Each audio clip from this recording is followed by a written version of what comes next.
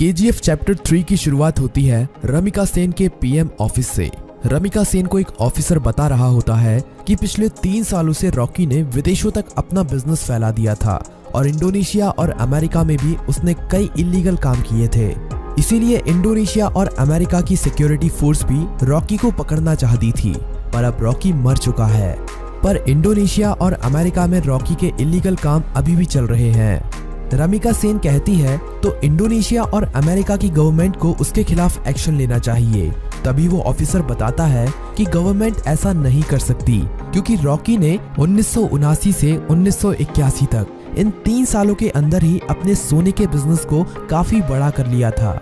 विदेशों में भी हजारों लाखों लोग उसके लिए काम करते हैं और खुद गवर्नमेंट के लोग भी उसके साथ मिले हुए हैं। इसीलिए गवर्नमेंट चाहकर भी उसके खिलाफ एक्शन नहीं ले सकती। फिल्म की कहानी अब फ्लैशबैक में जाती है और हमें रॉकी के जीवन के उन्हीं 3 सालों के बारे में पता चलता है जिसमें उसने अपने साम्राज्य को विदेशों तक फैला दिया था। सभी माइनों पर कब्जा होने के बाद रॉकी ने और कई माइनों की खोज कर ली थी और सभी लोगों को उनकी खुदाई में लगा दिया था।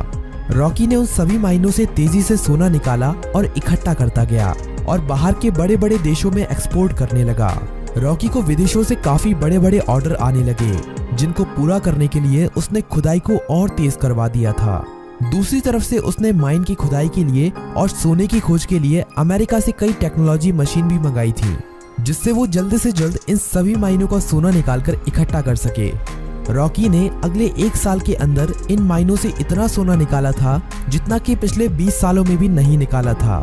दूसरी तरफ रॉकी ने अपने इलाके को एक इंडस्ट्रियल एरिया बना लिया था और माइन में काम करने वाले लोगों के लिए उसने अच्छे घर, स्कूल, कॉलेज, अस्पताल सब कुछ बना दिए थे।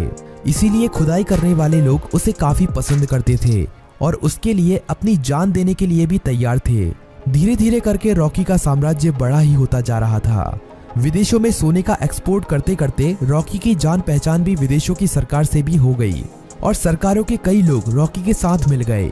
रॉकी कई बार इंडोनेशिया और अमेरिका में भी गया था। वहां पर भी उसने अपने सोने के साम्राज्य को काफी बड़ा कर लिया था। इस साम्राज्य को फैलाने में सरकार के कई लोगों ने उसकी मदद की थी और रॉकी ने एक गैंग अपनी इंडोनेशिया में और एक अमेरिका में भी खड़ी कर ली थी और रॉकी ने इन गैंग के लिए अपना एक एक लीडर भी बना लिया था और रॉकी उन सभी का राजा बन गया था। इस तरह से रॉकी ने अपने साम्राज्य को विदेशों तक फैला दिया था। अब कहानी फ्लैशबैक से बाहर आती है और हमें दिखाया जाता है कि जब रमिका सेन ने भारत में रॉकी के साम्राज्य को खत्म कर दिया था और रॉकी अपना सारा सोना लेकर समुद्र के बीच में चला गया था, वहां पर रॉकी ने इंडियन नेवी को खुद मैसेज करके उसे मारने के लिए कहा था। तब इंडियन नेवी ने रॉकी के शिप पर मिसाइल छोड़कर रॉकी को मार दिया था, पर रॉकी वहां पर मरा नहीं था। रॉकी का सारा सोना उसी समुद्र की गहराइयों में उसी जहाज में दफन है और रॉकी को अमेरिका के सबमरीन ने बचा लिया था। ये सबमरीन अमेरिका के एक बिजनेसमैन की थी जिसे रॉकी ने उन 3 सालों के बीच में अपना पार्टनर बना लिया था। रॉकी अब अमेरिका में सबसे छुप कर रह रहा था और वो महीने में कभी कभी इंडिया भी किसी को फोन करता था कि केजीएफ का क्या हुआ, केजीएफ को ठीक होने में कितना समय लगेगा। अब कहानी इंडिया में शिफ्ट होती है और हमें दिखाया जाता है कि सलार केजीएफ के तबाह होने के बाद केजीएफ को दोबारा से खड़ा कर रहा है और जो लोग बच गए थे उन सभी लोगों के साथ मिलकर रॉकी के साम्राज्य को दोबारा से खड़े करने में लगा हुआ है। सलार ये सभी रमिका सेन से छुपाकर कर रहा है, पर बहुत जल्द रमिका सेन को भी इसके बारे में पता चलने वाला है। धीरे धीरे करके सलार रॉकी के साम्राज्य को दोबारा से खड़ा कर देता है और दोबारा से माइनों में खुदाई शुरू हो जाती है। अब सलार रॉकी को फोन करता है और कहता है, मालिक, हमने आपका साम्राज्य दोबारा से खड़ा कर दिया है। जिस तरह आपने कहा था, अब आपके लौटने का समय आ चुका है। रॉकी कहता है, सलार, तुम्हारे लिए मेरे पास एक काम और है। तुम्हें उस सोने को समुद्र से निकालना है जो हमने इतने सालों से वहां पर छुपा के रखा है। वो हमारी माइनों से ही निकला हुआ सोना है। इसे हमें किसी भी कीमत पर समुद्र से निकालना है। इस सोने की मदद से ही मैं दोबारा से भारत में अपने साम्राज्य को खड़ा करूंगा। सलार सोने को समुद्र से निकालने के काम में लग जाता है और इंडिया में अब एंट्री होती है रॉकी की। सलार अपने लोगों को कहता है कि मालिक कई सालों के बाद यहाँ पर पधार रहे हैं, उनके स्वागत में कोई भी कमी नहीं रहनी चाहिए। किसी को नहीं पता था कि ये मालिक कौन है। रॉकी अकेला ही अमेरिका से आ रहा होता है। केजीएफ में रॉकी का स्वागत धूमधाम से किया जाता है। सभी लोग रॉकी को देखकर हैरान थे क्योंकि उन्हें लग रहा था कि रॉकी मर चुका है, लेकिन रॉकी तो अभी जिंदा है। रॉकी अपनी माइनों का काम देखने के बाद सीधा मिलना चाहता था रमिका सेन से। सलार कहता है कि हम भी उसके साथ चलेंगे, पर रॉकी कहता है कि नहीं, मैं अकेला ही मिलने जाऊंगा। रॉकी अकेला ही अपनी रोल्स रॉयल कार में जा रहा होता है। तभी नाके पर पुलिस उसे पकड़ लेती है। पुलिस वाले जानते नहीं है कि वो रॉकी है। वो रॉकी के पास लाइसेंस ना होने की वजह से और ओवर स्पीडिंग होने की वजह से थाने ले जाती है।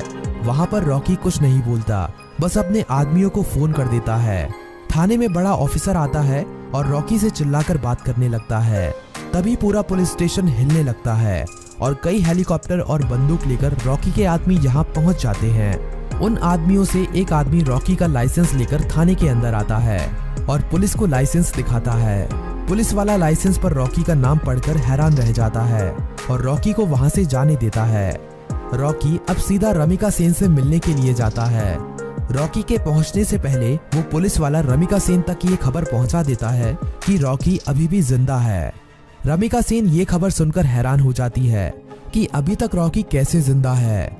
रमिका सेन को ये खबर भी मिल जाती है कि रॉकी के यहाँ आने से पहले किसी ने केजीएफ को दोबारा से खड़ा कर दिया है और केजीएफ से अभी भी खुदाई करके सोना निकाला जा रहा है। अब पीएम ऑफिस में एंट्री होती है रॉकी की। सभी लोग रॉकी को देखकर हैरान थे। रॉकी सीधा मिलने जाता है रमिका सेन से।